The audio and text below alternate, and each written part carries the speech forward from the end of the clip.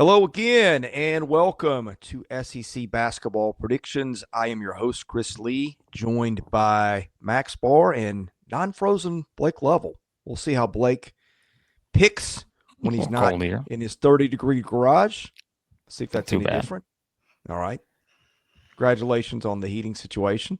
It's well earned. Hold on a second. You're making it sound like that all of a sudden I've just gotten a heater put in, and I just all of a sudden I'm just in a different location. So right. Places that actually have heat, unlike the garage, where bring on the warm weather, bring on the predictions. Well, I'll tell you what, we're bringing the heat in these predictions. We're going to do them in this order. Tennessee going to Oklahoma, South Carolina at Kentucky, Texas at Vanderbilt, Georgia at Mississippi State, and Ole Miss at LSU. Let's start in Norman, Oklahoma. The Tennessee Vols, who've been playing well of late, are playing Oklahoma, which has been very up and down depending on where the Sooners are playing. This is the Lloyd Noble Center, 11 a.m. Central on ESPN. Max Barr, start us off here. Yep, this is going to be one where I don't know if we're all going to pick the same. I don't know. I think we may. However, when you kind of just look at, before you even look at the matchup here, you don't even need to look at the matchup. Just kind of look at what Oklahoma's done at home. I know they've lost 2. It was 4 points to Texas, 2 points to A&M. That A&M one was, man, they were up by almost 20 in the second half. And you felt like Oklahoma deserved to win that one. The reason I bring that up is because Tennessee on the road has been a little bit shaky. Now they've had some good results. You know, it was only a 2-point loss to Auburn. That's the closest by far margin at Neville so far. But the loss to Vandy at home or on the road, and then the big loss to Florida on the road. Tennessee's been near unbeatable except for that one game at home. On the road, though, a little bit of cracks in the armor there, Blake. Well, according to the transitive property, Oklahoma beat Vanderbilt by 30. Vanderbilt beat Tennessee by 1. The line here probably minus 31 in Oklahoma's favor if you just use the transitive property. I think it may be a little closer than that because, yeah, like you said, Tennessee's not been great on the road. But, I mean, a lot of teams haven't been great on the road. And we say not great, but remember, they lost by 2 at the number 1 team in the country, who's been an absolute juggernaut. They lost basically at the buzzer against Vanderbilt. And, yeah, that 30-point road loss at Florida sticks out a little bit. So I don't necessarily buy into that as much, but defense travels. That's what we say, right? And I think defense will probably need to travel here because Oklahoma, as you mentioned, Max, been pretty good at home this season. And offensively, we've said before, they're kind of a team that percentage-wise does a lot of good things. Going to get to the free throw line here at home. Probably a better chance of that than they would have if they were in Knoxville for this game. So they've got the guard play to make this interesting, obviously with Fears and company. And, we've talked about Moore being someone who just kind of maybe doesn't get enough love sometimes. Mm-hmm. And so, yeah, I mean, a home game, top 5 team coming in. The Sooners will probably be ready, I think. Yeah, I think it's interesting that obviously Oklahoma can score in bunches at times. We've talked about Fears. We've talked about Moore. Bryson Godine, if he's playing A&M, can score with the best of them. And Duke Miles has had some big scoring games. On the other hand, for Tennessee, I'm interested to see what the offense looks like. We know what Zakai Ziegler is. We've seen Chaz Lanier be up and down. We've seen Milicic play really well lately. Jordan Gainey has had some big games for them. I'm very curious which Tennessee offense we get, guys, because it has looked very different at times. Well, whether they're making shots or they're not making shots, they're going to have opportunities at second opportunities. How about that? That makes sense. That does make sense. No, it does. It does. You just gotta know what this Tennessee front court is going to be able to do. Milicic, Akpara, a little bit Kate Phillips on one of the weaker front courts in the league. When you're just looking at the numbers, you don't even have to look at the numbers. The eye test could do it for you if you watch both these teams a few times this year, but the numbers back it up also. Oklahoma 15th in the SEC in offensive rebounding, 14th in defensive. You saw Akpara really start to start to shine past few games coming off of that illness he had. Tennessee's third in the league in offensive rebounding. You just get the feeling that maybe on the road in a game that's projected to be 1-2 possessions, nothing out there near double digits, single, spread under 5 probably. A few extra possessions on the road could go a long way in a game like this. Yeah, I think Tennessee getting Milicic more involved, we said. I mean, I think that just makes their offense better. And you got a little momentum coming into this. We talked about the three-point shooting. We had some fun with that. Like, sure, do I think they'll maybe shoot the percentages that they shot against Missouri?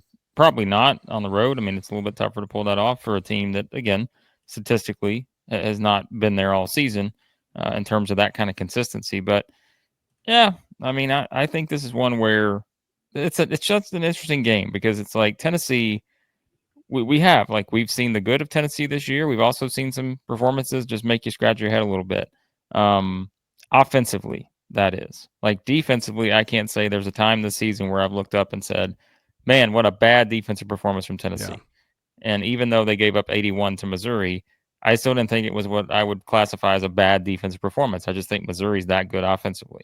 So I think that's the thing is like for Oklahoma, can you find enough ways to score against Tennessee, knowing that they're going to frustrate the heck out of you with their defense? And so, yeah, it's an interesting game because I think, like we said, Oklahoma started 13-0. They got some good wins in there and kind of hit the grind of SEC play. But, man, this would be a huge one for them. Remember, because they're kind of teetering around that, 9 seed type range. So think about what a win like this would do for you NCAA tournament-wise. And it would also, get you a little bit closer back to 500 in SEC play. Picks. A few weeks ago, maybe 2 weeks ago, I said, Chris, you have your everybody needs a blue cane. I have my everybody needs a Dayton Forsyth.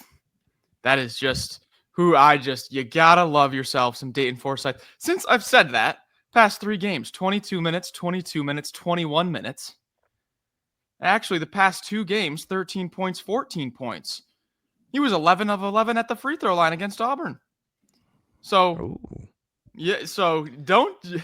So sleeping. What you're saying is you are secretly on the Oklahoma staff, and you're pulling some strings, is what you're saying. Let's not get ahead of ourselves. But do not be sleeping on Mr. Forsyth because he has arrived. How about the black eye he had the other night? Gotta love him. Anyways, what I'm trying to say is I do really like this Oklahoma team. I think they're tough as nails and they shoot a lot of threes. I want to pick them here. While we were doing this past 8 minutes, I'm looking for every angle possible. Can I pick the Sooners here? I'm not going to be able to do it. I'm going to go Tennessee. I am going to pick the Sooners. It might be dumb, but I thought you were going to also, by the way. I'm picking my spot. I need to make up a game here. Oklahoma at home is really good at times. Tennessee has been vastly different on the road at times. Look, the Vols could go there and handle them with the defense. Wouldn't shock me. I'm going to pick my spot. Give me the Sooners at home. Nice. I'll go back to what I said earlier. I disagree a little bit with the Tennessee's been vastly different on the road outside of the one game at Florida. But okay, one game. They played 23 games this season. So I don't necessarily agree with that. I didn't think they played bad at Vanderbilt. And again, they almost beat the number 1 team in the country on the road. So I'm not completely buying into that theory. I'm not saying they can't come out and play bad here because, like we said, life on the road in the SEC this year is tough. But I'm not completely convinced that I'm just going to label Tennessee as a bad road team. So there are some teams in the SEC I would label as that, but I don't think Tennessee's one of them. So this is going to be a close spread for a reason because, like you guys have said, I think Oklahoma has every possibility offensively, I think, to outscore this Tennessee team. But I also see the way Tennessee has been playing the past couple games, and I know it was in Knoxville, but their defense is the one thing I feel like I can count on, and Oklahoma's strength is its offense. I will take Tennessee's defense in this scenario. Give me the Vols. Yeah, you vastly was overstating it. I mean, they did win at Illinois. They played Auburn closer than anybody's played Auburn in forever. There are, I think I'll rephrase it. It's just a gut feeling that that's what we're going to see. That Oklahoma's going to show up. That you're going to get fears. You're going to get more. You're going to get a few of those guys going at the same time. And the Early whistles game. in the league. The You never whistles know in the about league. those. Well, that's true. And the whistles in this True. league have been very inconsistent. Very Yep. inconsistent. So, in any case, all right, moving along. South Carolina goes to Rupp Arena. The Gamecocks, the lone winless team in the league in SEC play. Kentucky had not been a good last week for the Wildcats, who have been banged up. You got Lamont Butler, I would presume, still out. Max, start us off and just give us, if you've got any idea on the health report for the Cats, that would be a good starting point for this one. Yeah, I think it was Matt Jones. What did he tweet out? Yeah. Lamont Butler returned to non-conference practice or non-conference, Non-contact. non-contact practice. So he's on his way back.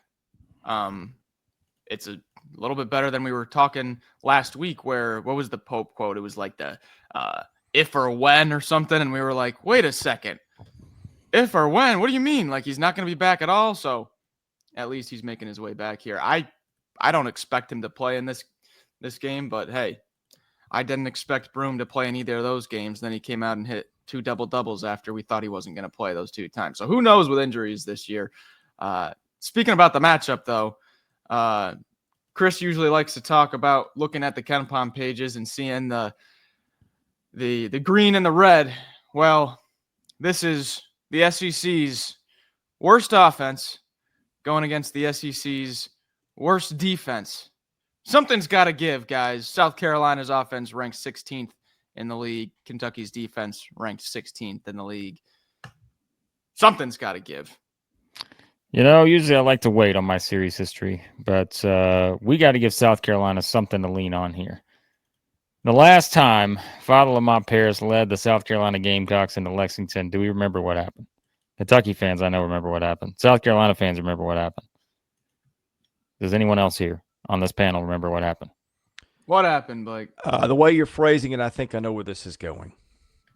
Well, hopefully then you know where this is going, because January 10th, 2023, South Carolina goes in there, shocks the world. 71-68 win over Kentucky. The Meechie Johnson game, as we refer to it as. Remember, that was that stunning, just absolutely stunning sort of result where South Carolina started 1-10 in SEC play, and their only win was at Kentucky. It was just a wild thing, right? So if you're South Carolina, you're like, this season started a little rough. Maybe we can bring back some of that mojo from a couple years ago. Well, I think it may be a little tough because Kentucky at home, we talk about the home and road differences. I know they lost at home to Arkansas. But again, that's sort of, in terms of performance, that was your outlier. And like I said, I know they lost at home to Alabama, but they scored 97 points. You know, Alabama was just Alabama. So I think you're fully expecting this Kentucky team, who's lost 4 or 5, to kind of be in a position now where you know this is a game that you just have to win. And I think the fact that they're coming back home in that kind of spot, it'd be different if, okay, man, we got to play another road game. We got to go play at South Carolina where we have everything to lose and they have everything to gain, right? I think it's a little different here. And I do think you're going to see a bit more focused Kentucky team coming out, being able to do a lot of things offensively, I feel like, in this game to sort of, maybe even emphatically try to say, all right, things are going to be okay here in Lexington. I'm looking at some stuff on KenPom. Boy, this really puts it plainly. Kentucky's defense in conference play is more bad than its offense is good. And its offense has been great in conference play. 116.9 points per 100 possessions. The defense, 119.9, guys. I mean, I know we've talked about it before, but when you look at it in those terms, my goodness. I think a really big factor in this game is going to be if Kentucky can get out and run. The faster it goes, the more it favors Kentucky. The slower it goes, it overwhelmingly favors South Carolina. South Carolina, 15th slowest offensive tempo in the league. Kentucky, third fastest. They almost over a 2-second difference on average of their offensive possessions. That's a very big difference in average. I think if this thing's able to get slowed way down and it's just like half court offense, let Kyle Murray Boyles and Pringle try to get inside and bully their way inside, and then you'll get the occasional kick out three to Jamari Thomas, or they leave Zachary Davis open on a mid-range and the offense is starting to get going. That's the main, and I'm trying to, in terms of like an angle for South Carolina to be in this thing, slowing this thing way down and playing a full half court game is how I think they get into this. Can they do that? That's a tough task, but I think that's their best shot, slowing it way down. One of the reasons we've talked about one of the reasons for South Carolina struggles has been just there's no offensive rhythm, and we talked about the guard play and they turn the ball over, but like we keep coming back to the same thing here with Kentucky. They're not going to force you to make mistakes. And so if you're South Carolina, like Max said, play the half court game. They're not going to force a lot of turnovers. I mean, Ole Miss had one, now a little different. I think Ole Miss's guard play is pretty strong.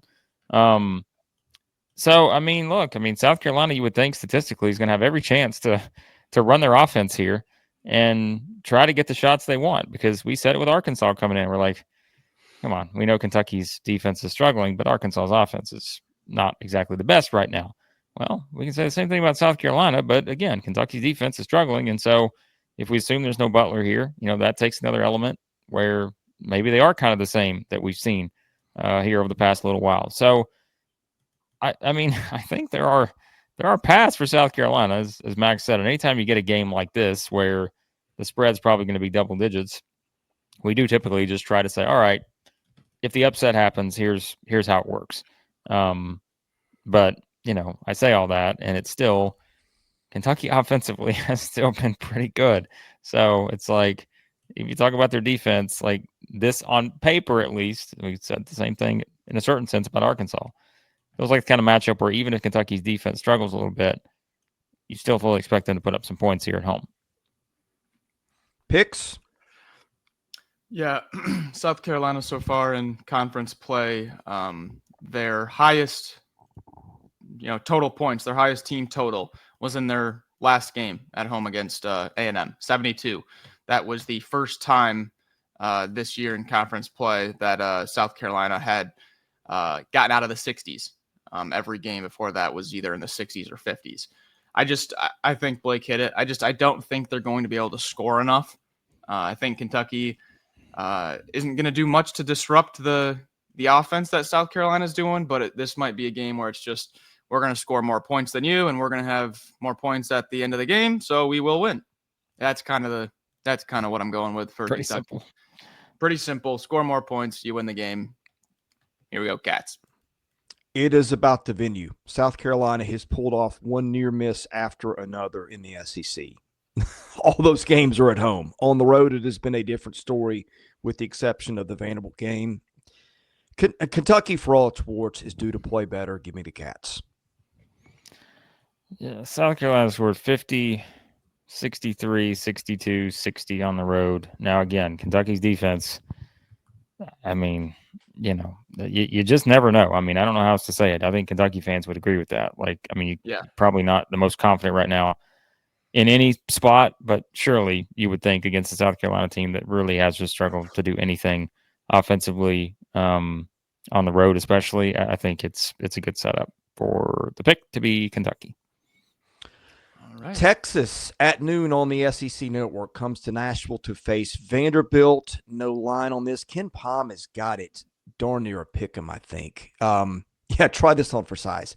He's got Texas winning 76-75, but it's a 50% game. That means that it's probably separated by a tenth of a point or something like that. Two teams that I don't quite know what to do with right now. I don't like the way Vanderbilt has been playing. Defensively, they have been getting shredded in the second half of games. Texas, just when we thought Texas was really getting it together. The Longhorns lay a complete and total egg at home against Arkansas. in a 78-70 game that was not nearly that close for much of the day. Max Barr, what are we expecting here? We are expecting a 50-50 game, just like the numbers are telling you. Yeah, I think this is a great matchup, to be honest. It's two teams that both have a lot of, not a lot, but multiple kind of different style guards. You know, how Texas has, Pope, who's this kind of quick, shifty, 3-point, quick release guy. They've got Trey Johnson, who's can get, just get to his spot. He's going to rise up and hit a mid-range. Vandy has Edwards, who's just this spark plug, can go off for 25, 30 in the blink of an eye. And they've got kind of the bruiser, AJ Hogarth. I like the backcourts for both of these teams. Two of the more dynamic backcourts. And the reason I like this matchup is because I think these are two of the weaker front courts that usually when we're coming into a preview for either of these teams, that's what I'm going to first. I'm going to, they're probably going to get taken advantage of a little bit down low. I think I'm not huge on Shedrick. I think McLaughlin is great in his undersized role, but hey, you would love for him to be playing more of a 4 rather than the 5. I think both of these teams match up real well, and I don't see either one with a major advantage anywhere, Blake. Yeah, I feel like it's one of those where if Texas wins, obviously Trey Johnson will play a role, but I do feel like this is one of those like Arthur Kaluma type games. And I think it's because he's just, the experience of a guy like that. Like we said, I think going up against the front court, we talked about, and I feel like we keep talking about it, but at some point it's like, Vandy, can they just keep sustaining it, even with, like we said, the size and all that? Texas obviously plays with size in terms of Shedrick. He's 6'11", but I think to me, Kaluma is one of those kind of key players in a game like this. And it's one of those things where I'm like, it's hard to explain, but I think just the way Vanderbilt plays, for Texas to have success, I think they need Kaluma to have a big game. And so, yeah, this is, I think Vanderbilt, it's pretty simple. It's do the same thing you've been doing in these kind of games at home. And that is just, force the other team to make some mistakes. Their turnover numbers are still good. And just kind of take advantage of that free-flowing, beautiful type offense that they run at times, where they just get out and guys are spaced out and force the other team to play defense. And so, yeah, this is, it's a big matchup for both teams because, too, like we said before, these are two teams that are right there on that line in terms of 9 seed, something like that, NCAA tournament wise. And, when you think about kind of, we're past the halfway mark now, or we're there. Yeah. For some teams, we'll kind of see, how they adjust to the SEC schedule the rest of the way. And we mentioned Vanderbilt's schedule is just brutal. So this is another one where if you're hunting for wins and you're the home team, like, this is a crucial game for Vanderbilt. We're ready for picks. Texas's defense, when you're looking at their conference numbers, they allow the second fewest amount of 3-point attempts. It's tough to get clean looks off from outside against Texas's defense. And Vanderbilt was kind of leaning on that, kind of not leaning on it, but I felt like in those big wins, it would be like a Tyler Nickel 3 at the perfect moment would be a big shot, or an Edwards 3, or I remember I think it was either Devin McLaughlin or Jalen Carey against Kentucky hit a big 3 in the second half, and you were getting real timely shots. Are those going to come against Texas at home? Well, so far, Texas has been minimizing those opportunities pretty well. However, I don't think Texas has the front court to take advantage. Blake, I know you mentioned Kaluma, and he's a matchup nightmare, but I feel confident that a guy like Magnon or McLaughlin can hold their own against him, at least enough. I'm going to take Vandy at home here. Just kind of a gut feeling pick. I don't really see, like I said, I don't really see any massive positional advantage either way. I think these teams match up pretty well. I'm just going to go with the home team here, guys. Yeah, Vanderbilt has been awful at two things. It's defending or playing against height. We've talked about how size challenged Vanderbilt is inside, and just defending field goals, period. Vandy's giving up an effective field goal percentage in league play at 59.6%. That is just awful. Isn't that the With worst? yes, and probably hands down. And I'd have to check that, but it is 16 of 16. That said, I think they've been pretty good with their backs against the wall, have the Commodores. And venue, I just keep leaning on venue this weekend. I'm going to go there again. I don't have a great feel, but give me Vandy for those reasons. Oh, boy. Interesting. The last time you two picked a home team to beat Texas, I decided to go in the opposite way, and it worked out when you both picked LSU, and you were all in on LSU Oh, yeah. to beat Don't remind Texas. me. And so I decided, you know what? You're doubting the Longhorns. Hook 'em, I said. Give it all. Not this time. Vanderbilt has beaten 2 top 10 teams at home in their last 2 games. I know they haven't played great on the road, but they've been pretty good at home. Give me the Commodores. All right. Next up, let's see. We've got Georgia hosting Mississippi State. Boy, this one could be very interesting. Oh, here we go. The Georgia Bulldogs been pretty good in Stegeman Coliseum, haven't they, Max? I mean, I know Blake doesn't want to admit it, but it's true. Oh, jeez, here we go. I knew there was something coming. We've had this one circled, Blake. We've had this one circled. Biggest game of the year. Biggest game of the year. Hey, we like to joke, but no kidding. I mean, this is a huge game for both teams. I feel like this is a game that both of them need bad. You gotta you feel for Mississippi State. They've been sitting on this 88-61 loss to Missouri after they had just barely fallen short against Alabama. The back-to-back home losses. They felt like they let the fans down. It was 2 great atmospheres. Now you have the whole week off, and you're just simmering in that bad taste. Just want to bounce back. Georgia, on the other hand, is sick and tired of hearing idiots from Southeastern 16 talking bad about them. The disrespect at this channel. You guys better stop talking bad about us. I can't wait for this matchup, guys. Yeah, I mean, like I said, this is one where usually, there's no rooting interest here. We try to stay unbiased. I think we've all been called fans of all 16 teams at one point throughout the season, but we try to stay unbiased here. But let's be honest, Chris is wearing a red shirt right now. He's not going to be able to hide his bias when it comes to his Georgia Bulldogs in this matchup. However, I will try to, keep us neutral here. And I think that, this is a game, though, where Max has talked about it with Mississippi State. They just feel like a team that's going in the wrong direction. Georgia feels like a desperate team right now. I don't think Mississippi State's reached desperate territory. But I want to see, after you lose at home by 27, what is your response going on the road and playing a stingy team at home? I think that, to me, is the biggest story here, because Mississippi State had that week off to try to figure something out. And like we said, that's not – I feel like some people maybe took it that way. We're not knocking Missouri. We're not taking away their great win. But if you're a top 15 team and you lose at home by 27, you gotta figure some things out.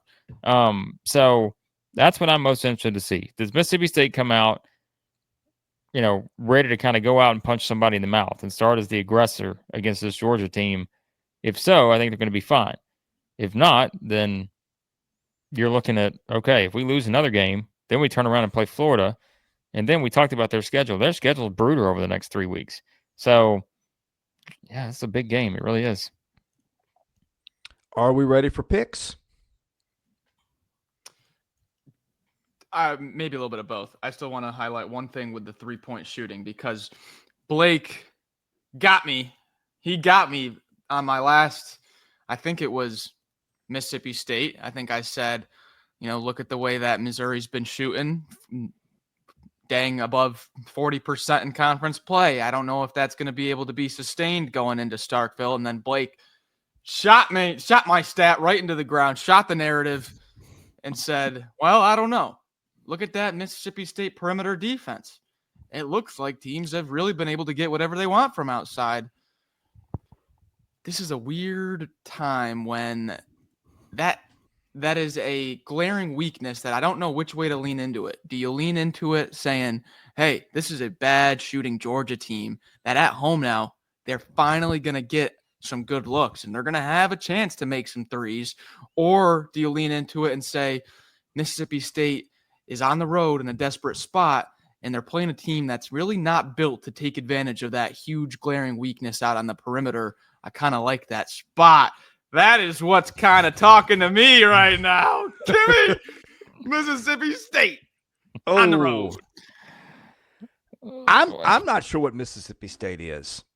Me either. I watch them. I keep thinking the defense is. Thank you. That's why you get paid the big bucks here. I keep watching them and expecting the defense to get better. They're getting torched in some spots. We talked about the guard play. It's just been weird. Hubbard's not had the year we thought, but he's been brilliant at times lately too. But we know what is Georgia, Blake? It's one of the 50 states. Well, thank you. You're just full of insight today. Max, what is Georgia? I have no clue what you're trying to get at. Good, not great. Oh, you know when they're closer to great than they are good? When they're at home. And you know what else Georgia's got? Georgia's got a blue cane. Not everybody has a blue cane. Do you know what blue cane did his last time out, Max Barr? He had a good game.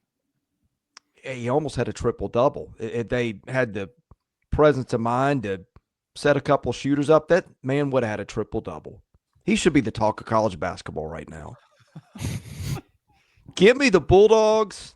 That's the Georgia Bulldogs. I was going to say, you better clarify there because we're going to use that against you if you don't. I will gain a game on Max Barr with this one.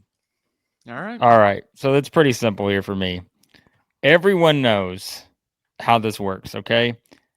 If I pick Mississippi State and Georgia wins, I can't possibly let Chris Lee get that one up on me. So my role in this game was always going to be the same. I'm going with whoever Chris picks, and I knew it was going to be Georgia. So this way, I'm doing the emotional hedge. So if I decide to pick with Chris here, and his Georgia Bulldogs lose this game, that gives me plenty of talking points to use against him. So come on, it's an obvious choice here. Max, this could be your opportunity. This could be your chance to get back in the lead. I mean, I'm taking. Give me the Georgia Bulldogs. Oh, that had to hurt. Listen, anytime I pick the same as you and Max goes the other way, something's up. I don't like it at all. But I'm going to say this again for the second time this season. Only the second time in 3 months. I think Chris may be right about Georgia here at home. So we'll see. This is the most different we've been on the Saturday of picks so far, I think. Let's see if we're going to do it one more time. We're not done.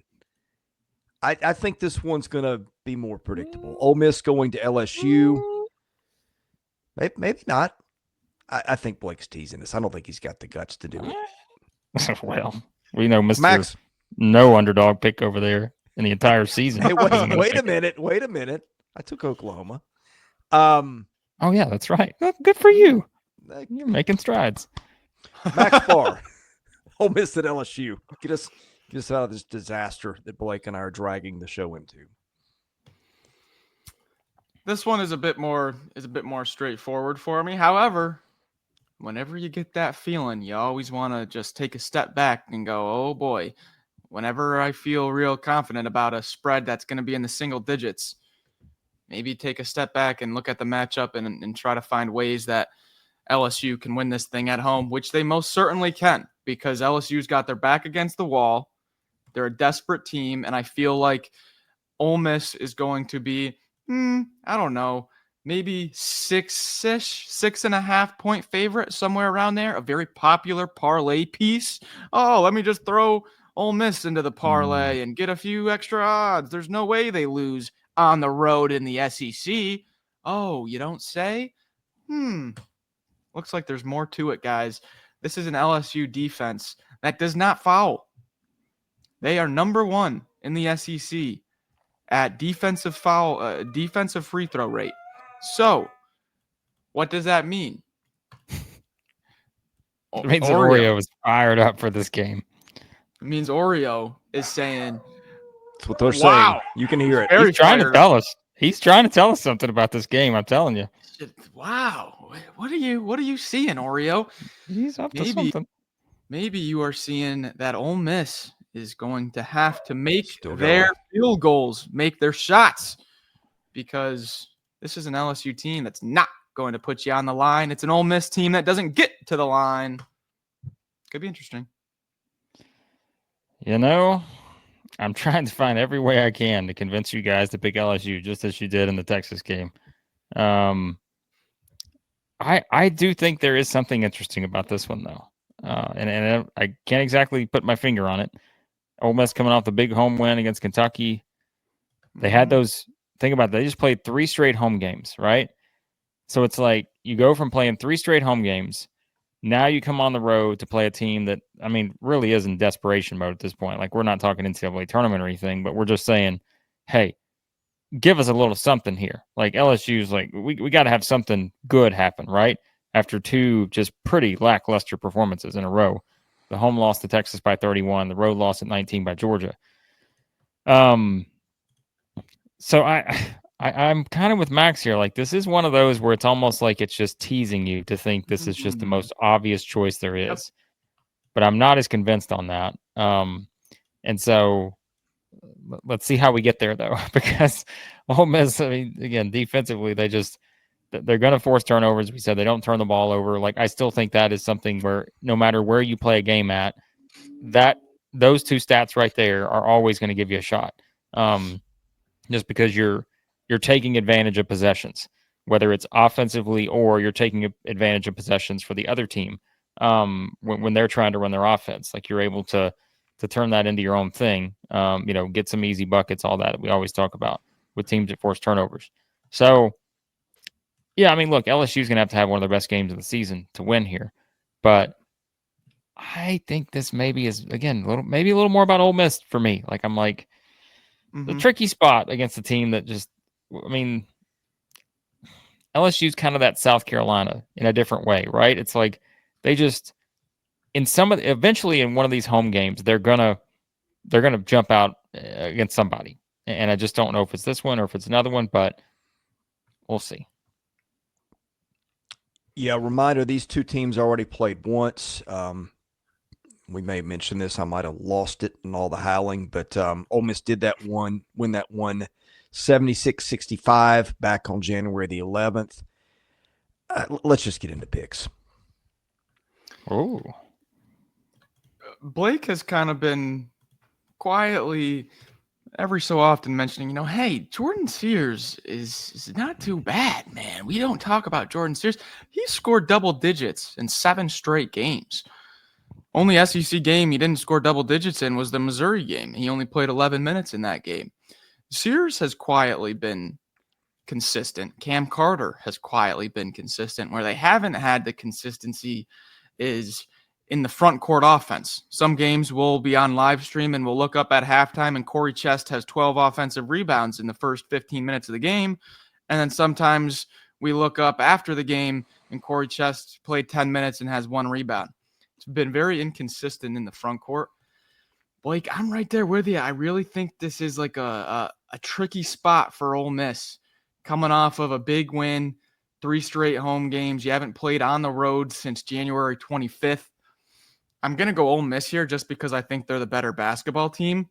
But this has all the makings of a tricky spread that I just would want nothing to do with. I'm going Ole Miss, though. I don't know if you guys are trying to plant some seeds of doubt here as I make my pick. I'm not listening. I watch Ole Miss, even when Ole Miss has lost lately, it has played well. And look, I have been on the LSU is not as bad as the record bandwagon for a while, but the injuries have piled up. We've seen the schedule break teams. They've done it with Missouri and Vanderbilt recently in the last half dozen years. I fear that may be what's happening with LSU. Is the losses have gone from close to lopsided. I know it's at home, but it's getting that point of the year where the weight of what has happened starts to crush you. I don't think Matt McMahon's a bad coach. I don't think he's done a bad job. It's just his year to take a turn on the wheel of awful luck. Mississippi's really good. Give me the Rebels. Yeah, my plan didn't work. I was trying to talk Chris into making the upset pick here. I knew it. Yeah, I'm picking Ole Miss. I'm halfway serious. I do think there is something about this game where I could, if we're looking up on Saturday and the upset happens, I don't think we should be shocked, because I just think this is the kind of season where one of these teams like this, like an LSU, which again, there's not many of them, but like we said, South Carolina and LSU, you feel like are going to get somebody eventually. Mm-hmm. And it's just about the spot, right? And I think it's the Ole Miss coming off 3 straight home games, but come on. I mean, we even said it. Even during that stretch where Ole Miss lost 4 or 5, they weren't playing bad basketball at all. LSU has been playing some bad basketball. So, the spread makes it more interesting just because this is one where you're like, okay, Ole Miss should easily be like a 9-10 point favorite, something like that. That's not going to be the case, but yeah, I mean, I can't pick against Ole Miss here. There you go. One more. I think that's it, isn't it? Well, maybe it for the games, but there's a lot more games to be played this season. You know why? Because you got to fill out a tournament bracket at some point, because there's going to be a gazillion SEC teams in the tournament. Although, let me just quickly tell you, as we're doing this right now, recording, Lenardi just updated his bracket, and Chris's Georgia Bulldogs is getting a little interesting for certain SEC teams right now. Oklahoma has moved now back into the last 4 byes. Georgia is now moved into the second to last, so they're the sixth to last team in the field. Vanderbilt has moved back to the last 4 in. Dayton. The first team out, the Hogs. Arkansas. Oh, man. But that shows you. That 14 teams in the tournament. Let's go. Well, it's not going to happen. I'm telling you. I think 2 of these teams, and I'm getting a little worried. I thought it was just going to be 1. Maybe 2 of these teams get left out. But here's what happened. Think about this. Arkansas jumped 7 other teams by winning that game against Texas, who is the number 10 seed. You know what that tells me? That tells me Arkansas is on the rise, but also tells me the teams they're going up against on that bubble are very, very bubblicious. They're not, so Arkansas's resume, all it took was a win like that to jump that many. Come on. Yeah. So, anyways, we're talking about the tournament because we want to talk about bracket bids. They're just, as we said, what a tremendous amount of fun this is going to be when we get into tournament time with bracket bids. You don't just have to fill out a bracket. You can take it to the next level with bracket bids, enter that free pick'em contest, start an auction draft league. I feel like Bob Barker here, like holding the microphone like I'm just friends, family, or coworkers. Should I just do it Price is Right style? Everyone starts with the same bidding dollars, but it's up to you to outwit and outbid your league mates to secure the teams you think will go the distance. Choose from multiple scoring models, including upset bonuses to reward bold picks. Track your teams with live in-game scoring and watch the standings shift in real time. The further they advance, the higher you climb the standings. For league play, use that promo code SC16 for 40% off. SC16, 40% off. Download the Bracket Bids app today or visit bracketbids.com. Max, did you notice anything about Blake today? I don't know where you're going with this. He just is in a much better mood now that he's not frozen. It's like a night and day difference with this man over here. It's a great time to be talking about SEC hoops. It's still a little chilly, but it's not like in the Arctic. So yeah. I legitimately feel bad for you when you're doing your show from your frozen garage because I would be miserable. I mean, I would be absolutely miserable. Well, I want to touch on just one quick little note here, and that's coming from the old handicapper and me. One of the oldest systems in college basketball is taking the home unranked against the road ranked. It's one of the oldest systems. You just blindly take the home unranked when the ranked is on the road. We have number 4 Tennessee at unranked Oklahoma, number 22 Mississippi State at unranked Georgia, number 3 Alabama at unranked Arkansas, number 25 Ole Miss at unranked LSU. That's going to be like an even split of games. There's going to be some ranked teams on the road that go down on Saturday. It's going to happen. Where do you feel least confident about the pick you made today? Mississippi State, Georgia. I have no clue what to expect in that game. See, mine's Vandy, Texas. Oh yeah, that too. There's a few toss-ups. I'd go Mississippi State, Georgia. I think Vandy at home is just a different team, and Texas is, while played better, when you have a game like they had against Arkansas, and now you got to go play at a team who's about as confident as home as anybody in the SEC. I think that's a rough spot for Texas, even though Mr. Pomeroy says that it's a 50-50 game. I think Vanderbilt should absolutely be favored in that game. I know we're kind of rambling now, but I was looking at Mississippi State, and it's like just at the end of December, early January, like they went to Memphis and just destroyed Memphis when Memphis was hot. And then they opened up conference play at home with a 35-point win against South Carolina, then went to Vanderbilt and handled Vanderbilt in Nashville by 12. And then just all of a sudden, and those were without Clary. So I still have a spot. I'm like, Mississippi State can get back to that late December swagger. Just gotta get a little pick-me-up game. Yeah, I think that I wonder if we get to March and somebody had a little bit of an unexpected run in this league, we look back and we say, what we were attributing to weakness or bad play or whatever was just playing in this league. Yeah. Are you saying that like you would pick Mississippi State to the Final Four? No, he's got Georgia there. He only has so many spots. He's got Georgia in the Final Four. You can't put Mississippi State in all there too. seriousness, this is why I keep sticking up for Georgia, for that very reason. And in all seriousness, we've said many times, we don't hate Georgia. It's also part of the eye test, I think. And offensively on the eye test, they worry me a little bit. But this is a game. This is a big game. I mean, this is one of those games where it's not against Tennessee on the road, Florida on the road, Alabama on the road, right? Like those are on the extreme end of things because of what those teams have been this season. But like a Mississippi State who's struggling, you get them at home, a place where you have played great this season. If you want to secure your spot in the NCAA tournament, these are the kind of games you have to win. And so that's why I think this is the most fascinating game of the day. Standalone too, because you get the 2:30, 3 Central slate with the 2 top 25 matchups, A&M, Mizzou, Florida, Auburn, and then you got the 7:30 night slate with the 2 games right in the middle there at 5. It's almost like Garth knew. Let's give the standalone game the highlight game. Let's go back-to-back watch-alongs. Let's go. Let's go Georgia, Mississippi State watch-along. Let's do it. I'm in. You guys got your eye on anything nationally outside the SEC this weekend? No, absolutely not. There's no time for that. No chance. No. I couldn't tell you a single game that's being played outside the SEC this weekend. Not even a shot. I'll name a few.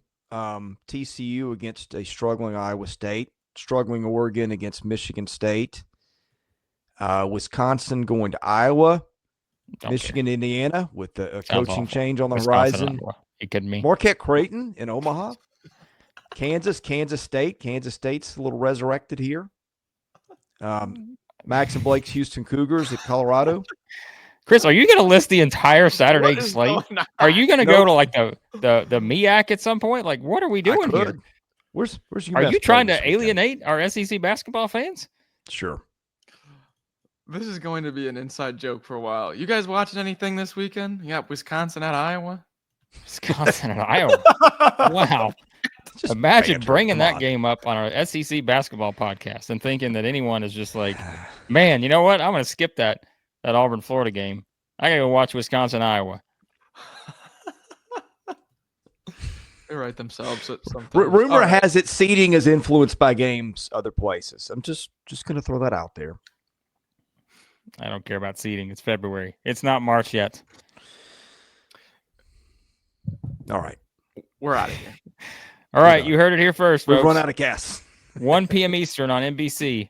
Wisconsin heads to the Carver Hawkeye Arena in Iowa City for the Badgers Watch along. and the Hawkeyes. I'll never do it again. At least it'd be high scoring according to Ken Palm. It's gonna be a high scoring game. You That's think you unusual. just throw stuff out there on a tee to two guys who are absolute basketball junkies, and maybe you get a little something in return, but no, not with these guys. We are basketball junkies. We're basketball junkies for the best conference in America. It is Duke's best chance to lose for the rest of the season. Oh, see, there we go. I So, was shooting for something like that. I do know we have a very healthy fan base of Duke hate. So This is true. be able to get your fix in maybe. Next week on the predictions videos, Big Ten Chris will make his entire prediction for every game in the Big Ten. I'm never going to live this down, am I? Nope. Try to add a little value to the channel and see what happens. These guys will just run you into the ground. We'll see who gets run into the ground on Saturday on the road in the SEC. Jeez. It's just teams are playing basketball. No one's running anybody into the ground. This is great. Jeez.